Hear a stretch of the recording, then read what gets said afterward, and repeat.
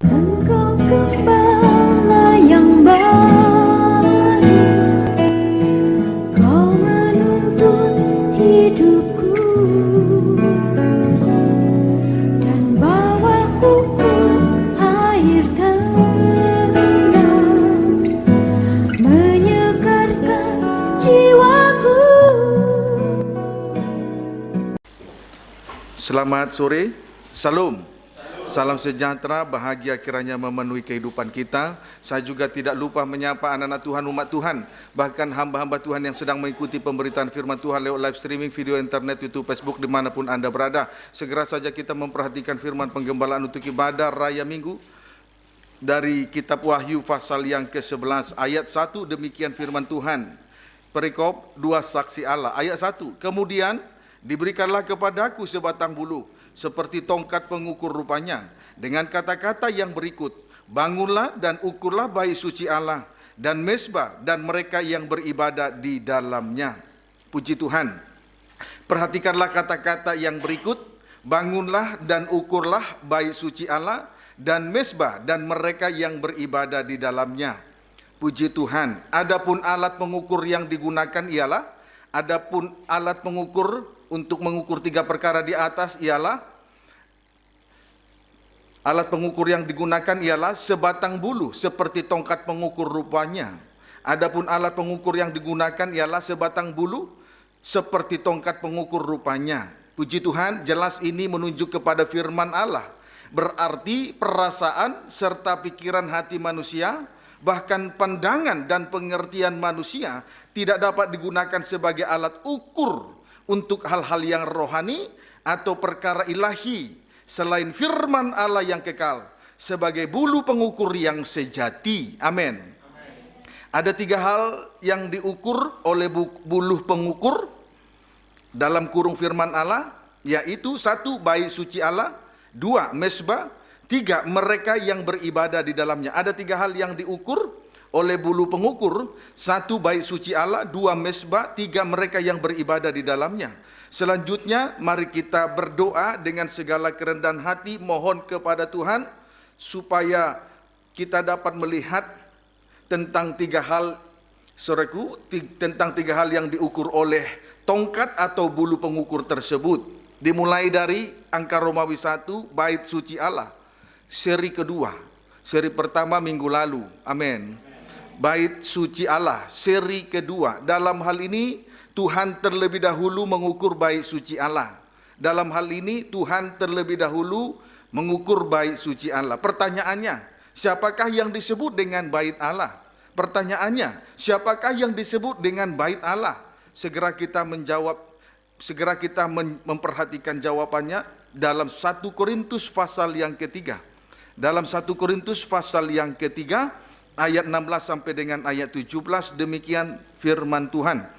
Tidak tahukah kamu bahwa kamu adalah bait Allah dan bahwa Roh Allah diam di dalam kamu? Jika ada orang yang membinasakan bait Allah, maka Allah akan membinasakan dia. Sebab bait Allah adalah kudus dan bait Allah itu ialah kamu. Yang dimaksud dengan bait Allah ialah kehidupan dari setiap umat Tuhan itu sendiri. Ya, yang dimaksud dengan bait Allah di sini ialah kehidupan dari setiap umat Tuhan itu sendiri. Puji Tuhan, kehidupan kita masing-masing, pribadi lepas pribadi, adalah bait Allah. Amin, saudaraku. Fungsinya adalah sebagai tempat Roh Allah berdiam. Fungsinya adalah sebagai tempat Roh Allah berdiam. Puji Tuhan. Maka supaya Roh Allah itu berdiam di dalam bait Allah, di dalam kehidupan kita yang adalah bait Allah, syaratnya bait Allah itu harus kudus sesuai dengan ayat 17. Bait Allah itu harus kudus. Kiranya dapat dipahami dengan baik. Amin, saudaraku. Tidak mungkin Roh Allah berdiam di tempat yang tidak kudus. Jadi Roh Allah itu berdiam di bait Allah, syaratnya bait Allah itu harus kudus. Hidup kita harus kudus, menguduskan diri di hadapan Tuhan. Itu sebabnya kalau kita perhatikan Efesus pasal 5 ayat 26 sampai dengan ayat 27, Rasul Paulus menceritakan bagaimana Kristus sebagai kepala menguduskan tubuhnya, sidang jemaatnya dengan air dan firman. Pada ayat 27, tujuannya adalah untuk mendirikan, untuk membangun bait suci di hadapannya sebagai bait suci yang yang tanpa cacat celah atau kerut atau yang sama dengan itu. Kiranya dapat dipahami dengan baik. Amin saudaraku. Puji Tuhan. Haleluya. Nah, Roma 8 ayat 6. Roma 8 ayat yang ke-6, demikian firman Tuhan. Karena keinginan daging adalah maut, tetapi keinginan roh adalah hidup dan damai sejahtera. Daging itu mati, tetapi roh adalah hidup. Daging itu adalah mati, tetapi roh adalah hidup. Puji Tuhan. Ayat 9. Roma 8 ayat 9. Tetapi kamu tidak hidup dalam daging, melainkan dalam roh. Jika memang roh Allah diam di dalam kamu. Tetapi jika orang tidak memiliki roh Kristus, ia bukan milik Kristus. Saudara, kita tidak hidup di dalam daging, melainkan dalam roh. Jika roh Allah itu diam di dalam kita. Amin, saudaraku. Maka kita harus merawat, kita harus menjaga roh Allah yang tinggal di dalam kehidupan kita sebagai bait Allah.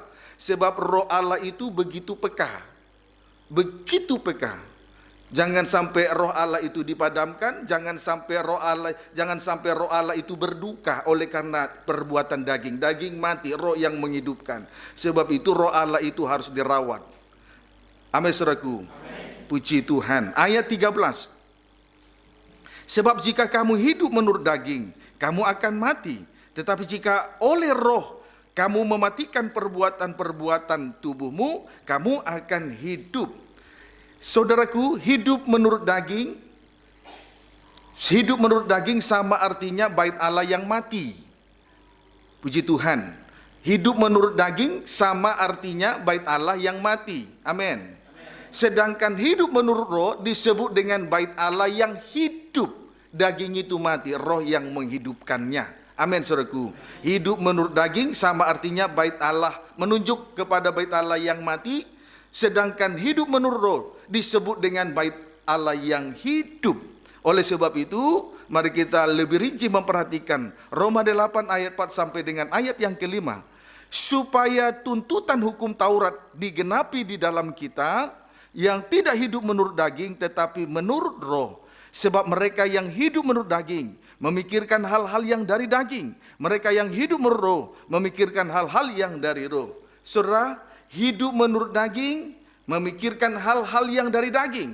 Sama dengan bait Allah yang mati tanpa aktivitas di hadapan Tuhan. Haleluya. Kehidupan, saudaraku, hidup menurut daging memikirkan hal-hal yang dari daging. Ini menunjuk kepada bait Allah yang mati tanpa aktivitas di hadapan Tuhan. Amin, saudaraku. Puji Tuhan. Ini bait Allah yang mati. Puji Tuhan. Hidup menurut daging memikirkan hal-hal yang dari daging. Sama dengan bait Allah yang mati. Tanpa aktivitas, tanpa aksi dan akselerasi di tengah-tengah kegiatan roh itu sendiri. Puji Tuhan. Kemudian hidup menurut roh memikirkan hal-hal yang dari roh. Yaitu perkara-perkara di atas.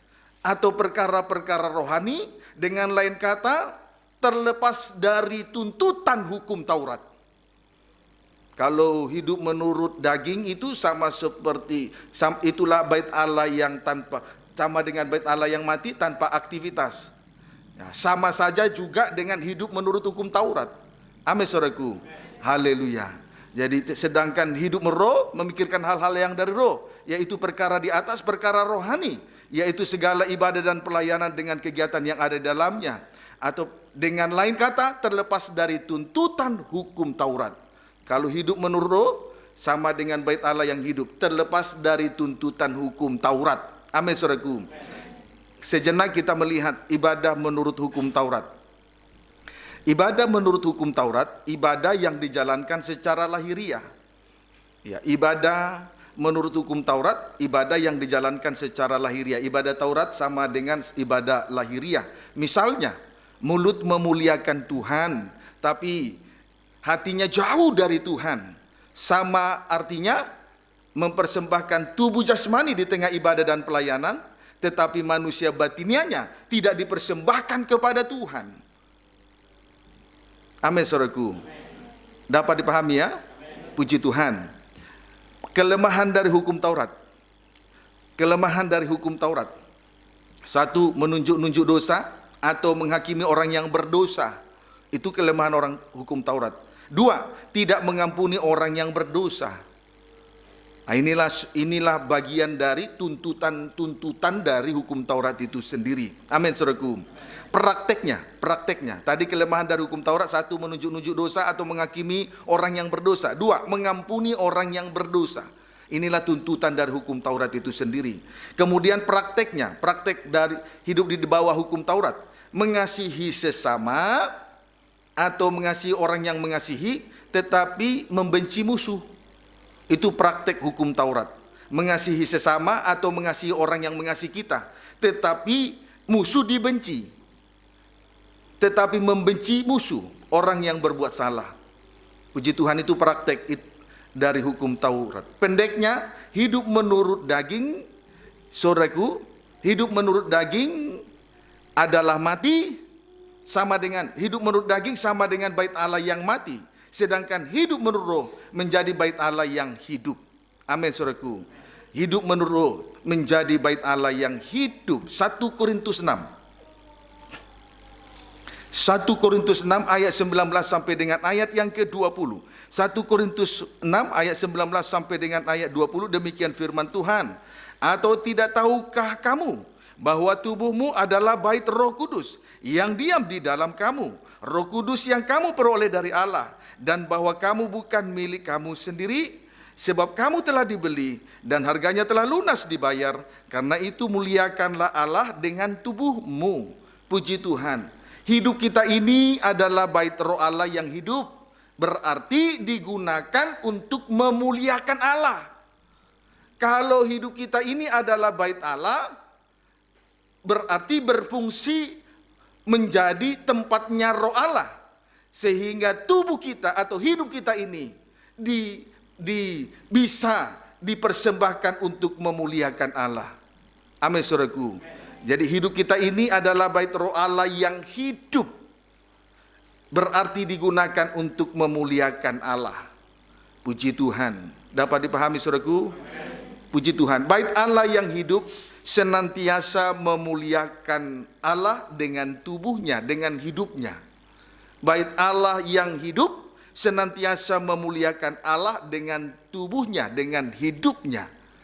Sedangkan daging itu mati, tidak ada aktivitas, tidak ada kegiatan-kegiatan di dalamnya, itu mati. Puji Tuhan. Amin, saudaraku. Dan hidup di bawah tuntutan-tuntutan hukum Taurat kiranya dapat dipahami dengan baik. Tetapi karena hidup kita ini adalah bait Roh Allah yang hidup, berarti digunakan untuk memuliakan Allah. Bait Allah yang hidup senantiasa memuliakan Allah dengan tubuh, dengan hidup. Lebih jauh 2 Korintus 6 ayat 14 sampai 17. 2 Korintus 6 ayat 14 sampai dengan 2 Korintus 6 ayat 14 sampai dengan ayat 17, demikian firman Tuhan. Ayat 14, janganlah kamu merupakan pasangan yang tidak seimbang dengan orang-orang yang tidak percaya. Sebab persamaan apakah terdapat antara kebenaran dan kedurhakaan? Atau bagaimanakah terang dapat bersatu dengan gelap? Persamaan apakah yang terdapat antara Kristus dan Belial? Apakah bagian bersama orang-orang percaya dengan orang-orang yang tak percaya? Apakah hubungan bait Allah dengan berhala? Karena kita adalah bait dari Allah yang hidup. Menurut firman Allah ini, aku akan diam bersama-sama dengan mereka dan hidup di tengah-tengah mereka, dan aku menjadi Allah mereka, dan mereka akan menjadi umatku. Sebab itu, keluarlah kamu dari antara mereka, dan pisahkanlah dirimu dari mereka, firman Tuhan, dan janganlah menjamah apa yang najis, maka aku akan menerima kamu. Puji Tuhan. Haleluya. Saudaraku, dengan tegas Rasul Paulus berkata bahwa hidup kita ini adalah bait Allah yang hidup. Rasul Paulus berkata dengan tegas, berkata kepada sidang jemaat di Korintus bahwa hidup kita ini adalah bait Allah yang hidup. Amin. Hidup kita ini adalah bait Allah yang hidup. Berarti senantiasa memuliakan Tuhan dengan tubuh, dengan hidup kita ini. Seperti apa yang sudah dinyatakan di atas tadi. Kita ini adalah bait Allah yang hidup, berarti senantiasa memuliakan Tuhan dengan tubuh, dengan hidup kita ini. Puji Tuhan. Sebab motor penggeraknya tadi Roh Allah yang berdiam di dalam bait Allah itu. Kalau tidak ada Roh Allah, sama dengan bait Allah yang mati. Amin, saudaraku. Hidup menurut daging sama dengan bait Allah yang mati. Puji Tuhan. Tetapi hidup menurut roh. Tetapi kalau Roh Allah ada di dalam bait Allah itu, maka bait Allah itu disebut dengan bait Allah yang hidup. Bait Allah yang hidup berarti senantiasa memuliakan Tuhan dengan tubuh, dengan hidup kita ini. Sebab Roh Tuhan yang menjadi motor penggeraknya. Amin. Puji Tuhan. Syaratnya ya, senantiasa memuliakan Tuhan dengan tubuh, dengan hidup kita ini. Syaratnya keluar dan memisahkan diri dari noda kekafiran. Ya, seperti yang sudah dibaca tadi, syaratnya keluar dan memisahkan diri dari noda kekafiran. Dengan lain kata, jangan menjamah apa yang najis. Amin, saudaraku. Syaratnya keluar dan memisahkan diri dari noda kekafiran. Dengan lain kata, jangan menjamah apa yang najis. Antara lain, 1. Kedurhakaan, 2. Gelap, 3. Belial, 4. Orang-orang yang tidak percaya, 5. Berhala. Keluarlah dari sana. Jangan menjamahnya supaya jangan menjadi najis. Itu syarat saat memuliakan Tuhan dengan tubuh. Jangan keluar dan memisahkan diri dari noda kekafiran. Dengan lain kata, jangan menjamah apa yang najis, yaitu 1. Kedurhakaan, 2. Gelap, 3. Belial, 4. Orang-orang yang tidak percaya, 5. Berhala. Itu noda kekafiran. Jangan keluar, pisahkan dari noda kekafiran, jangan menjamah apa yang najis. Amin, saudaraku. Itu syarat untuk memuliakan Tuhan dengan hidup, dengan tubuh kita yang di mana di dalamnya ada Roh Allah sebagai motor penggerak saat memuliakan Tuhan dengan tubuh, dengan hidup kita ini. Persamaan dari 5 perkara di atas. 1. Kedurhakaan. Persamaan dari 5 perkara di atas. 1. Kedurhakaan. Menunjuk orang yang dikuasai oleh roh pemberontakan. Seseorang mendurhaka karena orang itu dikuasai oleh roh pemberontakan. Seseorang mendurhaka di hadapan Tuhan karena dikuasai oleh roh pemberontakan. Sama seperti Bani Korah memberontak karena dikuasai oleh roh pendurhakaan. Orang yang suka memberontak adalah orang yang tidak puas dengan kedudukan jabatan yang dipercayakan oleh Tuhan kepadanya. Seperti Bani Korah. Merasa diri layak di hadapan Tuhan. Bahkan merasa diri lebih layak dari orang lain. Itu tanda orang yang memberontak. Amin, saudaraku. Kedurhakaan menunjuk kepada orang yang dikuasai oleh roh pemberontakan. Kenapa seseorang suka memberontak di hadapan Tuhan? Karena merasa dirinya lebih layak daripada orang lain. Merasa diri layak. Puji Tuhan, orang semacam ini dengan mudah sekali dikuasai oleh roh pendurhakaan. Kalau sudah dikuasai oleh roh pendurhakaan, seseorang suka memberontak. Tandanya merasa diri lebih layak. Amin. Kemudian strip yang kedua, gelap, sama dengan malam. Fungsinya untuk menyembunyikan dosa dengan segala perbuatan-perbuatannya. Amin, saudaraku. Puji Tuhan. Haleluya. Saudaraku, orang-orang yang melayani Tuhan disebut anak-anak siang atau anak-anak terang. Sedangkan anak-anak malam disebut orang-orang kegelapan yang dengan perbuatan-perbuatannya mabuk, antara lain mabuk waktu malam. Tidur waktu malam, itu perbuatan malam. Amin, saudaraku. Mabuk, hidup menurut hawa nafsu daging, kemudian tidur juga waktu malam. Malas, itu orang-orang gelap. Puji Tuhan. Strip yang ketiga, Belial, menunjuk setan yang senantiasa menyangkal salib Kristus. Paling tidak suka mendengar korban Kristus di tengah ibadah dan pelayanan. Kalau sudah berbicara tentang korban, paling tidak suka. Itulah Belial, menunjuk kepada setan yang senantiasa menyangkal salib Kristus. Tidak suka mendengar korban. Tapi kalau dengar cerita-cerita dunia ini suka. Padahal yang menyelamatkan bukan harta, bukan kedudukan, bukan jabatan, bukan pendidikan yang tinggi, bukan apa yang kita punya ini. Yang menjembatani untuk kita boleh mendapat keselamatan kekal di dalam kerajaan yang tak terguncangkan adalah salib. Amin. Puji Tuhan. Strip yang keempat, orang-orang yang tidak percaya. Orang-orang yang tidak percaya. Menunjuk orang-orang yang hidup menurut kebenaran diri sendiri. Orang-orang yang tidak percaya menunjuk orang-orang yang hidup menurut kebenaran diri sendiri. Prakteknya, hidup menurut kebenaran diri sendiri itu prakteknya bergantung kepada manusia dan kekuatannya. Itu orang-orang yang tidak percaya. Menunjuk orang-orang yang hidup menurut kebenaran diri sendiri. Prakteknya bergantung kepada manusia dan kekuatannya, tidak bergantung kepada Tuhan. Persis seperti orang Mesir. Persis seperti orang Mesir, untuk menyirami kebun sayur, mereka harus mengandalkan kekuatan, mengambil air dan menyirami kebun sayurnya. Beda dengan tanah Kanaan. Beda dengan tanah Kanaan. Bergunung dan berlembah. Bergantung kepada sebanyak hujan turun dari langit. Bergantung kepada kemurahan Tuhan. Amin. Puji Tuhan. Kemudian strip yang kelima, berhala. Artinya segala sesuatu yang melebihi dari Tuhan. Berhala artinya segala sesuatu yang melebihi dari Tuhan. Misalnya, meninggalkan ibadah dan pelayanan karena pekerjaan, karena kesibukan, karena perkara lahiriah, karena ini dan itu. Itulah yang disebut berhala. Jadi pekerjaan bisa jadi berhala, uang bisa jadi berhala. Misalnya kalau dia meninggalkan ibadah karena pekerjaan, itu berhala.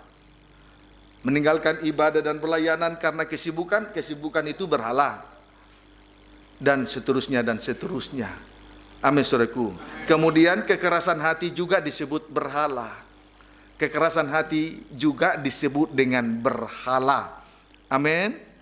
Puji Tuhan. Hal-hal inilah yang menyebabkan sehingga kehidupan manusia menjadi bait Allah yang mati. Tidak masuk dalam ukuran Tuhan. Inilah bait Allah yang tidak diukur oleh Tuhan. Dapat dipahami, saudaraku. Inilah bait Allah yang tidak diukur oleh Tuhan. Hidup menurut daging. Kemudian senantiasa berada dalam tuntutan-tuntutan dari hukum Taurat itu sendiri. Puji Tuhan. Mari kita menengok sejenak Yehezkiel pasal 11. Yehezkiel pasal yang ke-11. Yehezkiel pasal yang ke-11 ayat 19 sampai dengan ayat 20, demikian firman Tuhan. Aku akan memberikan mereka hati yang lain dan roh yang baru di dalam batin mereka, juga aku akan menjauhkan dari tubuh mereka hati yang keras dan memberikan mereka hati yang taat, supaya mereka hidup menurut segala ketetapanku dan peraturanku dengan setia. Maka mereka akan menjadi umatku dan aku menjadi Allah mereka. Sudah jelas, ini adalah bait Allah yang hidup. Amin, saudaraku. Sudah jelas ini bait Allah yang hidup. Tetapi kita melihat dulu ayat 21. Ayat 21 sampai dengan ayat 22. Mengenai mereka yang hatinya berpaut pada dewa-dewanya. Tadi di atas sudah, pada dewa-dewanya yang menjijikkan, dan pada perbuatan-perbuatannya yang keji. Aku akan menimpakan kelakuan mereka atas kepalanya sendiri. Demikianlah firman Tuhan. Ayat 22. Maka kerub-kerub itu mengangkat sayap mereka, dan roda-rodanya bergerak bersama-sama dengan mereka. Sedang kemuliaan Allah Israel berada di atas mereka. Ayat 23, lalu kemuliaan Tuhan naik ke atas dari tengah-tengah kota dan hinggap di atas gunung yang di sebelah timur kota. Puji Tuhan. Kerub-kerub itu mengangkat sayap mereka, maka dengan demikian naiklah kemuliaan Allah dari tengah-tengah negeri, dari tengah-tengah kota itu. Sama artinya Tuhan mengangkat kemuliaannya, dijauhkan dari tengah-tengah negeri itu. Amin, saudaraku. Inilah bait Allah yang mati. Puji Tuhan. Haleluya. Kerub-kerub itu tadi mengangkat sayap mereka, maka naiklah kemuliaan Allah dari tengah-tengah negeri itu. Atau dengan lain kata, Tuhan mengangkat kemuliaannya ya, dan dijauhkan dari tengah-tengah negeri itu. Puji Tuhan, bait Allah kehilangan. Pendeknya di sini, bait Allah kehilangan kemuliaan Allah. Bait Allah kehilangan kemuliaan Allah. Penyebabnya ada dua. Tadi kita sudah baca. Satu, mereka berpaut pada dewa-dewanya. Berpaut pada dewa-dewanya. Dua, karena perbuatan mereka keji. Dua, karena perbuatan mereka keji. Akhirnya, oleh karena dua perkara inilah, bait Allah kehilangan kemuliaan Allah. Sama dengan bait Allah yang mati. Mari kita simak dua hal di atas. Satu, berpaut pada dewa-dewanya. Berpaut pada dewa-dewanya. Saudara, bangsa Israel pernah berpasangan dengan Baal Peor. Bangsa Israel pernah berpasangan dengan Baal Peor. Bilangan 25. Bilangan 25.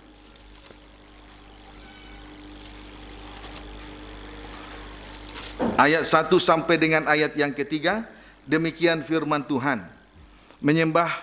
Israel menyembah Baal Peor. Ya.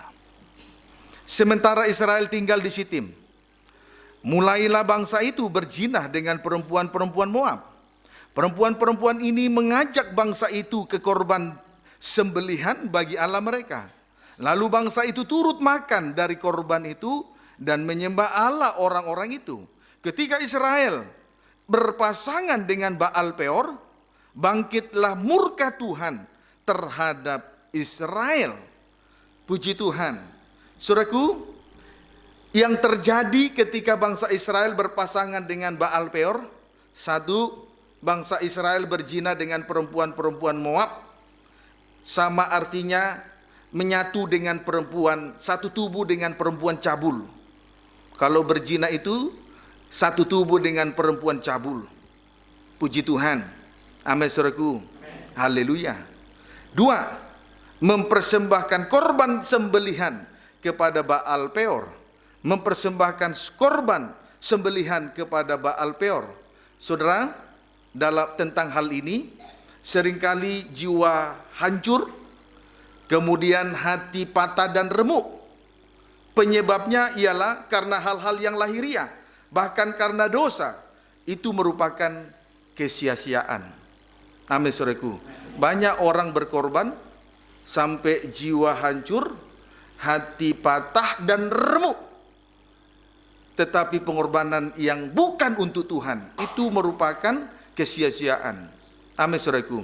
Haleluya. Sampai begitu loh mereka ketika berpasangan dengan Baal Peor. Berpaut dengan dewa-dewa, salah satunya berpasangan dengan Baal Peor, allahnya orang Moab.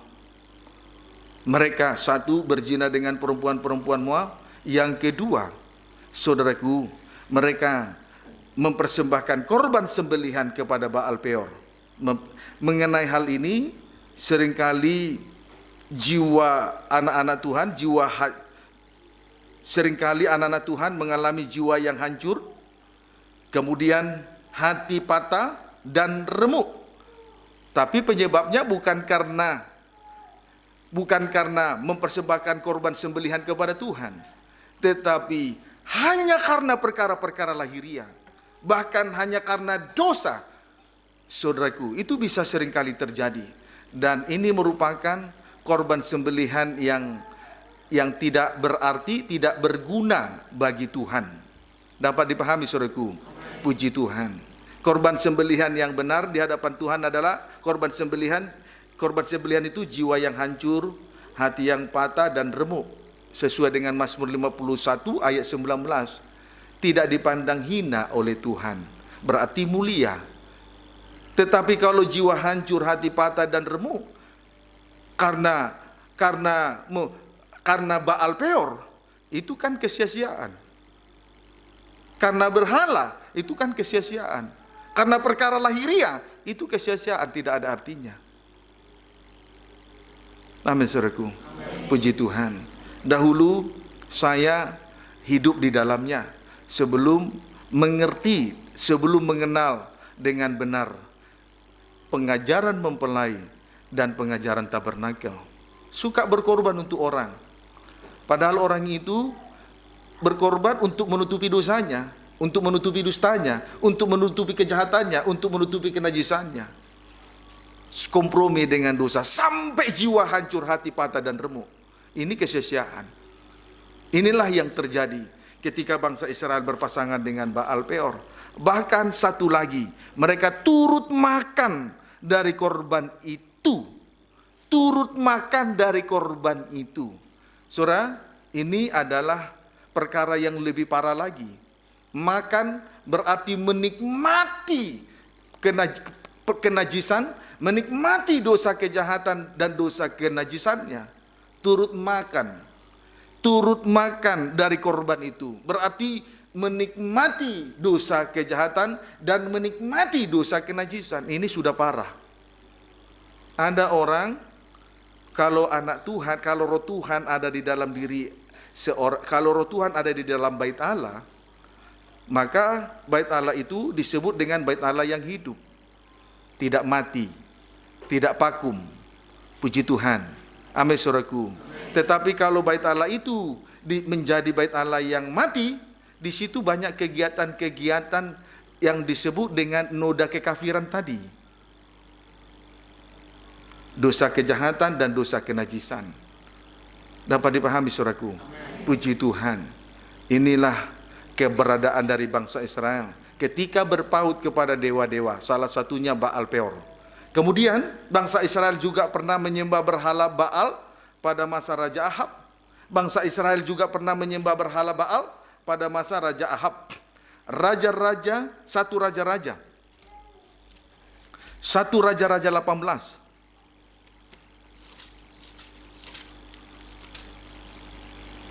Ayat 26 sampai dengan ayat 27, demikian firman Tuhan.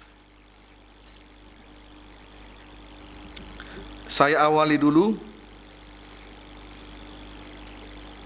ayat 22. Lalu Elia berkata kepada rakyat itu, hanya aku seorang diri yang tinggal sebagai nabi Tuhan. Padahal nabi-nabi Baal itu ada 450 orang banyaknya. Atau saya mulai dari 20 ayat 20. Ahab mengirim orang ke seluruh Israel dan mengumpulkan nabi-nabi itu ke Gunung Karmel.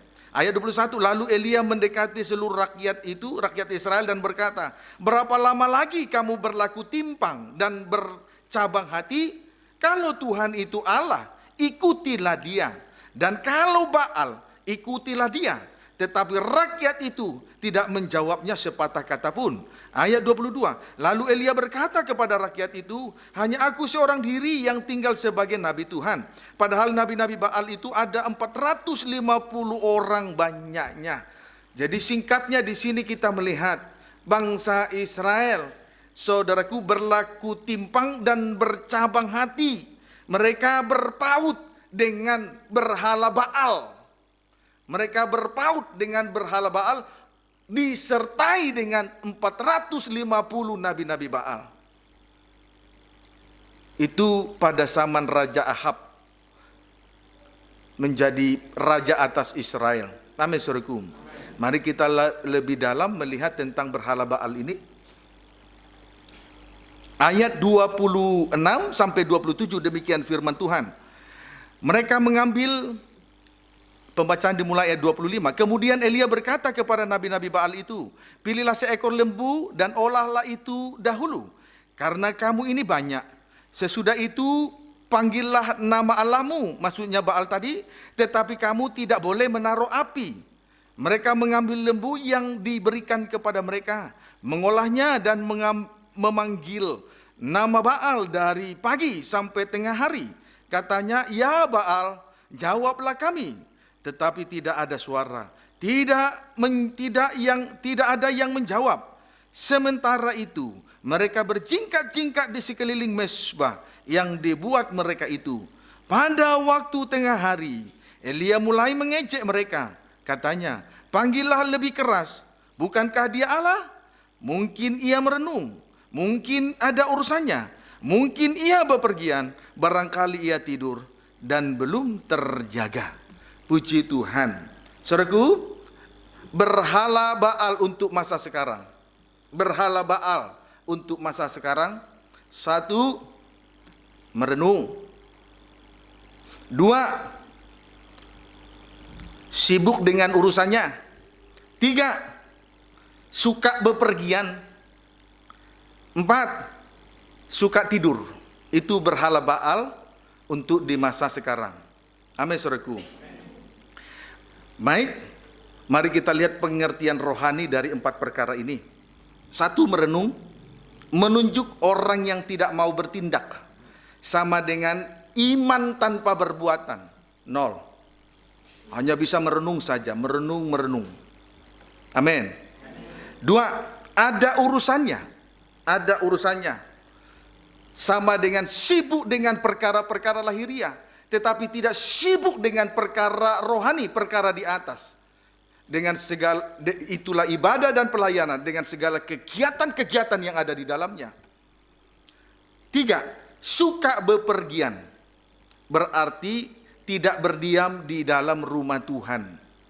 Tidak berdiam di dalam rumah Tuhan.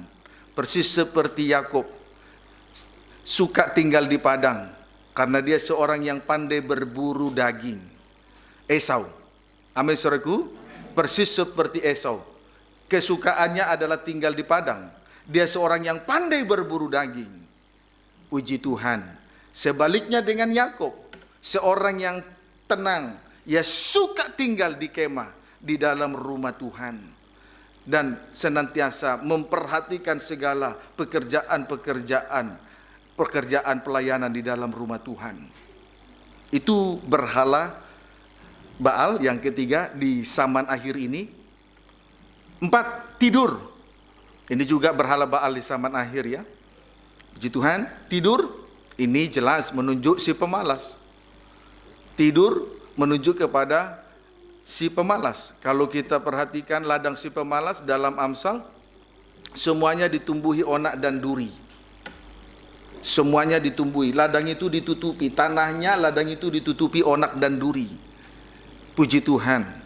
Haleluya. Itulah ladang dunia, ladang si pemalas, ditumbuhi onak dan duri. Dan ini menyakiti dan menyusahkan diri sendiri.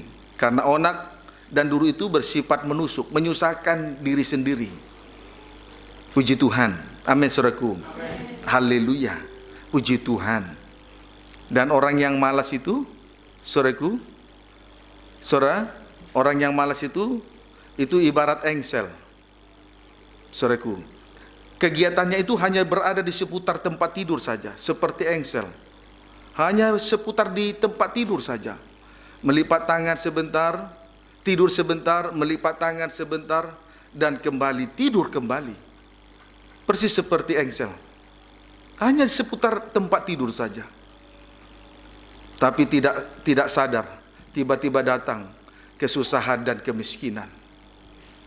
Puji Tuhan. Nah, inilah berhala Baal di zaman akhir ini, supaya kita mengerti dengan sungguh-sungguh. Amin, saudaraku.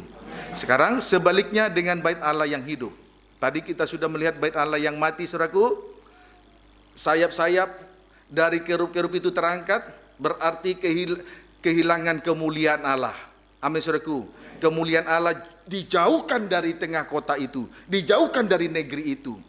Kemuliaan Allah terangkat dari negeri atau kota itu tadi. Itulah bait Allah yang mati. Amin. Sebaliknya dengan bait Allah yang hidup. Sekarang kita bandingkan dengan bait Allah yang hidup, Yehezkiel. Maka kita harus kembali membaca Yehezkiel pasal yang ke-11 tadi. Yehezkiel 11 ayat 22-23.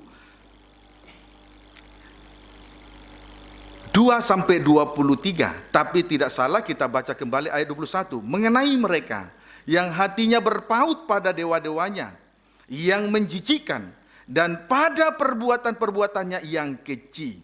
Puji Tuhan. Oh, masih ada lagi bait Allah yang mati. Selain tadi dewa, berpaut pada dewa-dewanya yang menjijikkan. Kemudian yang kedua, saudaraku, perbuatan mereka keji. perbuatan mereka keji. Puji Tuhan, saudaraku, pembinasa keji, satu kali nanti pembinasa keji, itulah antikris, akan berdiri di bait Allah, di rumah Tuhan selama 3 tahun setengah.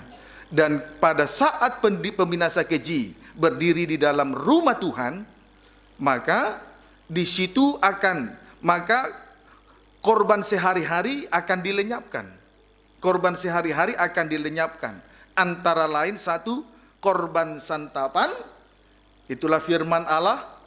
Satu kali nanti terjadi kelaparan atas negeri ini. Bukan kelaparan karena makanan, bukan kehausan akan minuman, melainkan akan mendengarkan firman Allah. Itu akan terjadi. Kemudian juga melenyapkan korban sembelihan. Puji Tuhan, itulah ibadah dan pelayanan. Itulah korban sembelihan itu menunjuk kepada ibadah dan pelayanan. Dan kalau korban sehari-hari ini, itulah korban santapan dan korban sembelihan dilenyapkan, itu merupakan perbuatan keji. Amin, saudaraku.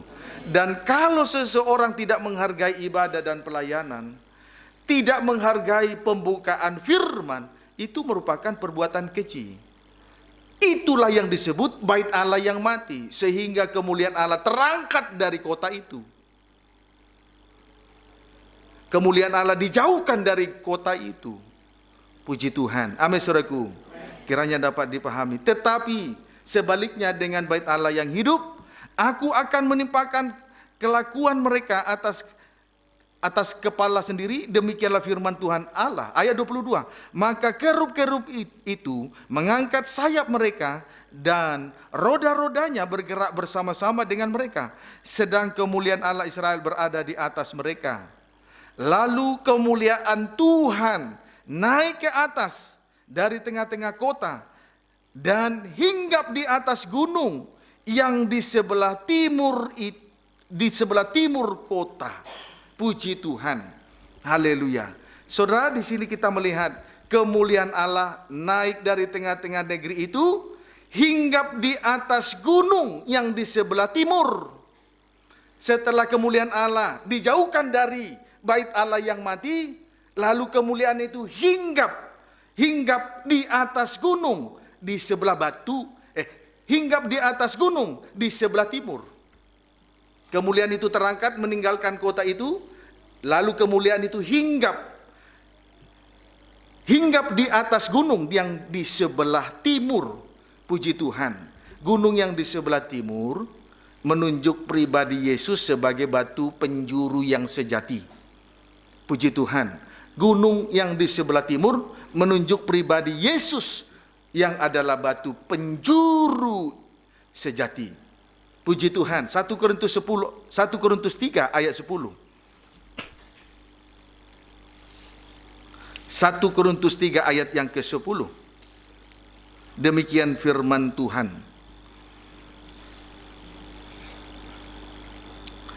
Dasar dan bangunan. Ayat 10. Sesuai dengan kasih karunia Allah yang dianugerahkan kepadaku, aku sebagai seorang ahli bangunan yang cakap, yang telah meletakkan dasar, dan orang lain membangun terus di atasnya. Tetapi tiap-tiap orang harus memperhatikan bagaimana ia harus membangun di atas batu penjuru itu. Puji Tuhan. Yesus adalah dasar bangunan. Dialah batu penjuru yang hidup. Amin, saudaraku, yang di sebelah timur tadi. Amin.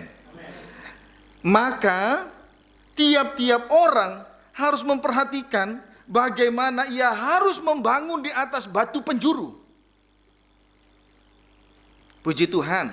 Maka kita juga tidak asal datang beribadah, tidak asal datang melayani di dalam rumah Tuhan. Harus masing-masing kita harus memperhatikan bagaimana ia harus membangun hidupnya sebagai bait Allah yang supaya menjadi bait Allah yang hidup. Jadi masing-masing orang harus memperhatikan bagaimana ia harus membangun di atas batu penjuru. Sampai akhirnya ia menjadi bait Allah yang hidup. Rasul Paulus adalah ahli bangunan yang cakap. Dia sudah meletakkan dasar bangunan itu. Itulah Yesus Kristus yang adalah batu penjuru yang di sebelah timur tadi. Amin. Puji Tuhan. Tetapi kita, tiap-tiap orang, kita masing-masing harus memperhatikan. Harus memperhatikan bagaimana ia harus membangun di atas batu penjuru itu. Kita tidak boleh asal datang beribadah. Kita tidak boleh datang asal melayani di dalam rumah Tuhan. Masing-masing hidup kita harus memperhatikan bagaimana ia harus membangun di atas batu penjuru itu dengan baik, supaya akhirnya ia menjadi bait Allah yang hidup. Bukan bait Allah yang mati, vakum karena perbuatan dagingnya.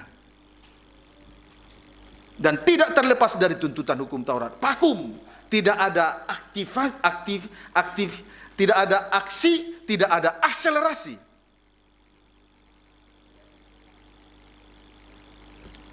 Kiranya dapat dipahami dengan baik. Amin, saudaraku. Harus dasar bangunan sudah, itu Yesus Kristus sudah diletakkan, itulah batu penjuru. Tapi kita harus memperhatikan. Tiap-tiap orang harus memperhatikan bagaimana ia membangun di atas batu penjuru. Tidak boleh asal main beribadah, tidak boleh asal datang melayani Tuhan. Tidak boleh main-main beribadah. Ya, amin. Tidak boleh datang beribadah dengan asal-asal. Yang sudah melayani tidak boleh asal melayani Tuhan. Sungguh itu perbuatan keji. Sama-sama saja dengan melenyapkan korban sehari-hari, tidak menghargai ibadah, tidak menghargai firman, itu kekejian. Maka kita harus memperhatikan bagaimana tiap-tiap orang harus memperhatikan bagaimana ia harus membangun di atas batu penjuru itu, ya. Amin. Puji Tuhan. Haleluya. Nah, Yohanes pasal yang kedua. Injil Yohanes pasal 2 ayat 18. Injil Yohanes 2 ayat 18 sampai dengan 22. Demikian firman Tuhan. Orang-orang Yahudi menantang Yesus, katanya, "Tanda apakah dapat engkau tunjukkan kepada kami bahwa engkau berhak bertindak demikian?" Jadi pada ayat 13 sampai dengan ayat yang ke-16, saudaraku, Yesus masuk ke bait Allah dan sekaligus mengadakan penyucian terhadap bait Allah itu sendiri. Amin, saudaraku. Sesudah mengadakan penyucian terhadap bait Allah, mari kita lihat selanjutnya ayat 18 sampai 21. Orang-orang Yahudi menentang Yesus, katanya, "Tanda apakah dapat engkau tunjukkan kepada kami bahwa engkau berhak bertindak demikian?" 19, jawab Yesus kepada mereka, "Rombak bait Allah ini, dan dalam 3 hari aku akan mendirikannya kembali." Lalu kata orang Yahudi kepadanya, 46 tahun orang mendirikan bait Allah ini, dan engkau dapat membangunnya dalam 3 hari. Tetapi yang dimaksudkannya dengan bait Allah ialah tubuhnya sendiri. Puji Tuhan. Saudara, di sini kita melihat orang-orang Yahudi dan orang Farisi, saudaraku, bangga dengan bait Allah yang di Yerusalem itu. Puji Tuhan. Tetapi akhirnya, saudaraku, Yesus berkata, bongkar bait Allah itu.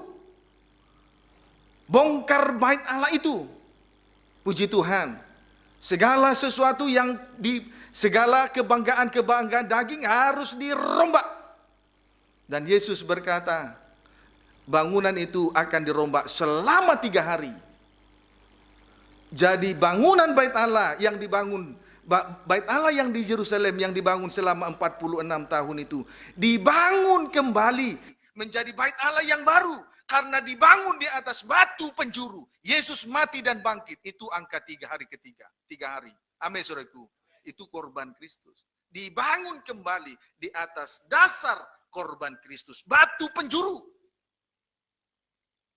Bangsa Israel bangga, Yahudi bangga, Farisi bangga dengan bait Allah yang di Yerusalem. Sebab apa? Mereka membangunnya selama 46 tahun.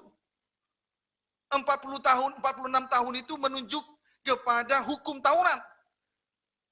Sebab 2 loh batu berisikan 10 hukum itu, 4 ditulis, 4 hukum di pada loh batu pertama, 6 hukum ditulis pada loh batu kedua. Jadi rumah Tuhan, bait Allah yang di Yerusalem itu dibangun 46 tahun. Saudaraku, itu harus dirompak kembali menjadi bait Allah yang baru karena dibangun di atas batu penjuru. Amin. Angka 3. 3 hari itu menunjuk kepada kematian dan kebangkitan Yesus. Itulah korban Kristus. Itulah batu penjuru. Jangan kita asal-asal menjalankan ibadah ini menurut hukum Taurat. Menurut daging dan apalagi menurut tuntutan hukum Taurat. Itu salah. Sesuka hati. Kalau lagi senang mood, datang beribadah. Kalau enggak, ya enggak beribadah. Rembak bait Allah semacam ini. Supaya kiranya dibangun di atas batu penjuru. Dibangun di atas batu penjuru. Korban Kristus. Lenyapkan segala kebanggaan daging. Amin. Itu sebabnya kalau kita perhatikan pada ayat 7, maka teringatlah murid-muridnya bahwa ada tertulis, cinta untuk rumahmu menghanguskan aku. Disertai dengan korban bakaran. Dalam hal membangun rumah Tuhan ini juga ternyata disertai dengan mempersembahkan korban bakaran. Korban bakaran itu berarti mempersembahkan potongan-potongan daging itu dari kepala sampai ekor di atas mezbah korban bakaran. Sampai pagi, sampai hangus. Apa yang sudah kita persembahkan kepada Tuhan jangan dihitung-hitung lagi. Sampai hangus. Dari kepala sampai ekor. Jangan ingat buntut-buntutnya lagi. Hangus! Kita melayani Tuhan sampai hangus. Bekerja untuk melayani pekerjaan Tuhan sampai hangus. Apapun yang kita korbankan sampai hangus. Sampai raga ini habis.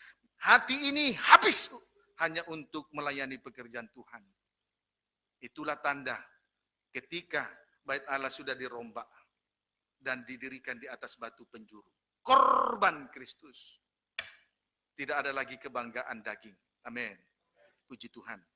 Haleluya. Efesus 2.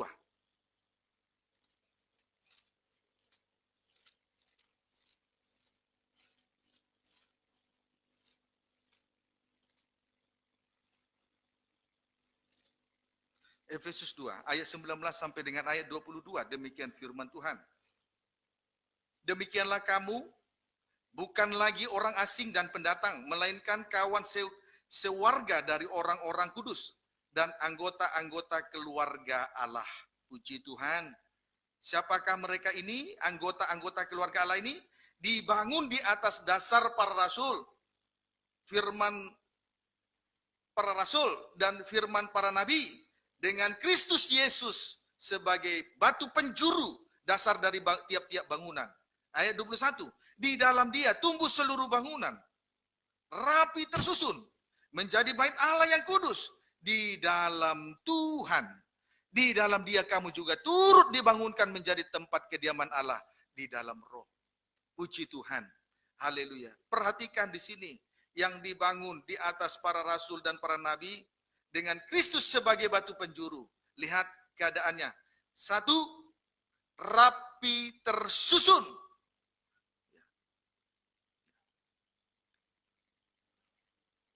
Yang dibangun di atas para rasul dan para nabi dengan Kristus Yesus sebagai batu penjuru, maka bangunan itu tumbuhlah seluruh bangunan.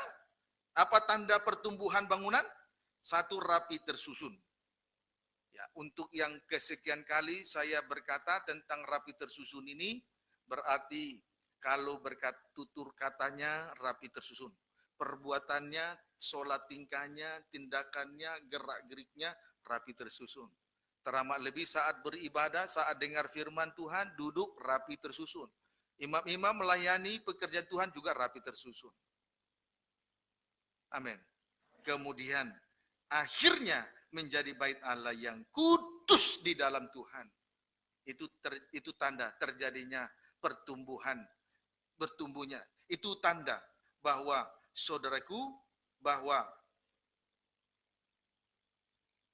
di dalam dia, di atas dasar batu penjuru itu tumbuh seluruh bangunan. Amin, saudaraku. Tanda di dalam dia, di atas batu penjuru itu tumbuh seluruh bangunan. Tandanya 1, rapi tersusun. 2, menjadi bait Allah yang kudus di dalam Tuhan. Ayat 22, di dalam dia kamu juga turut dibangunkan menjadi tempat kediaman Allah di dalam roh. Puji Tuhan. Amin. Selanjutnya, marilah kita lihat lebih jauh tentang bait Allah yang hidup. Tadi sudah dibangun di atas dasar batu penjuru yang benar ya. Amin, saudaraku. Akhirnya menjadi bait Allah yang hidup. Amin, saudaraku. Menjadi keluarga Allah. Puji Tuhan. 1 Petrus 2. Ayat 4-5. Demikian firman Tuhan.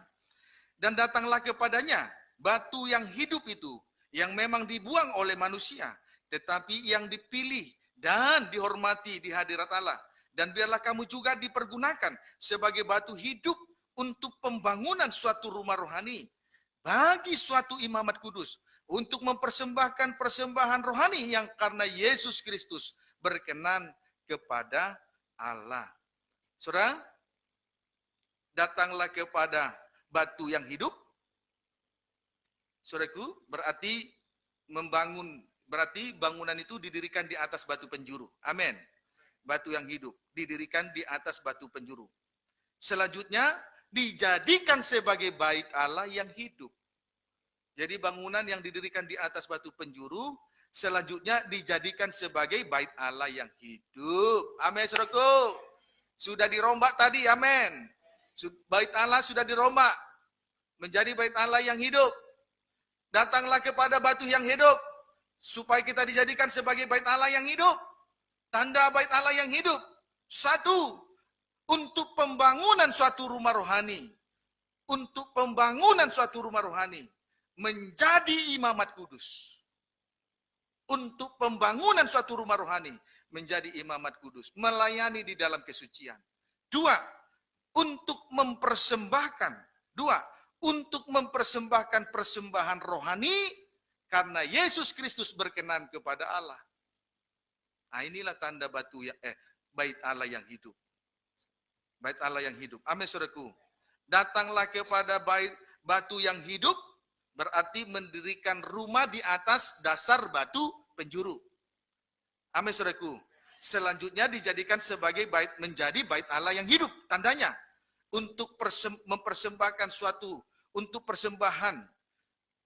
Tandanya dipergunakan sebagai batu untuk pembangunan suatu rumah rohani, suatu imamat kudus. Yang kedua, untuk mempersembahkan persembahan rohani yang karena Yesus Kristus berkenan kepada Allah. Amin, saudaraku. Puji Tuhan. Inilah bait Allah yang hidup. Puji Tuhan. Bait Allah yang hidup itu, menjadi bait Allah yang hidup itu, tujuannya untuk pembangunan suatu rumah rohani. Untuk pembangunan suatu rumah rohani. Bagi suatu imamat kudus. 1, 2. Untuk mempersembahkan persembahan rohani. Mengapa? Karena Yesus Kristus berkenan kepada Allah. Amin. Inilah bait Allah yang hidup. Puji Tuhan.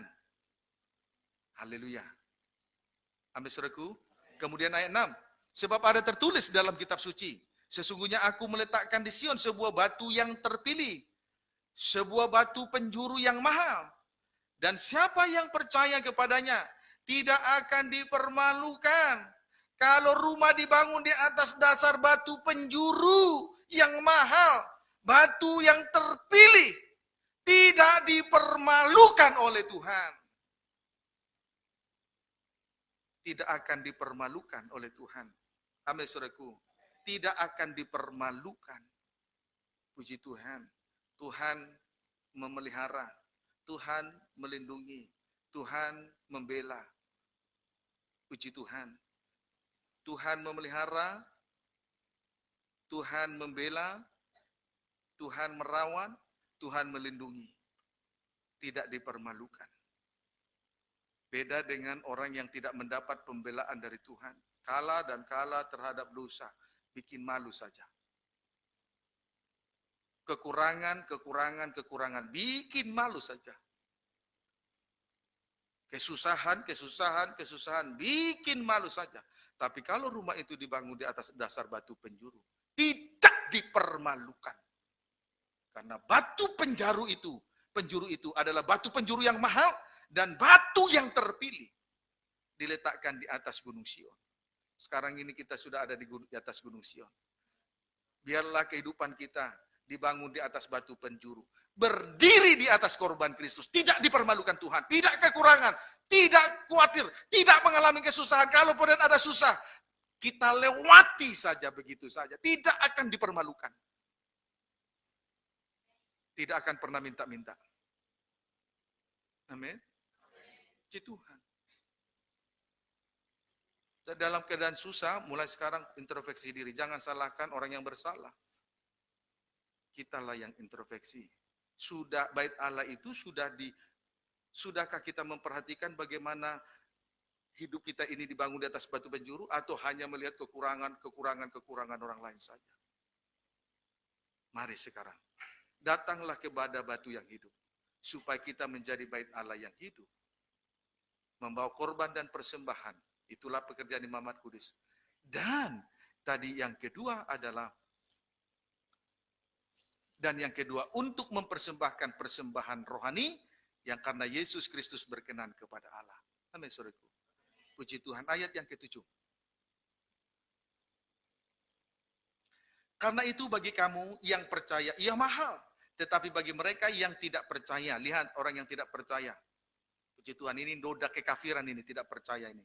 Batu yang telah dibuang oleh tukang-tukang bangunan telah menjadi batu penjuru, juga telah menjadi batu pensentuhan, dan suatu batu sandungan. Lihat, Yesus adalah batu penjuru.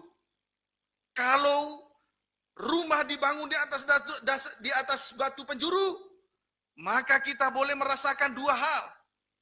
Satu, batu menjadi batu sentuhan atau menjadi batu sandungan. Tergantung dari sudut mana kita memandang korban Kristus.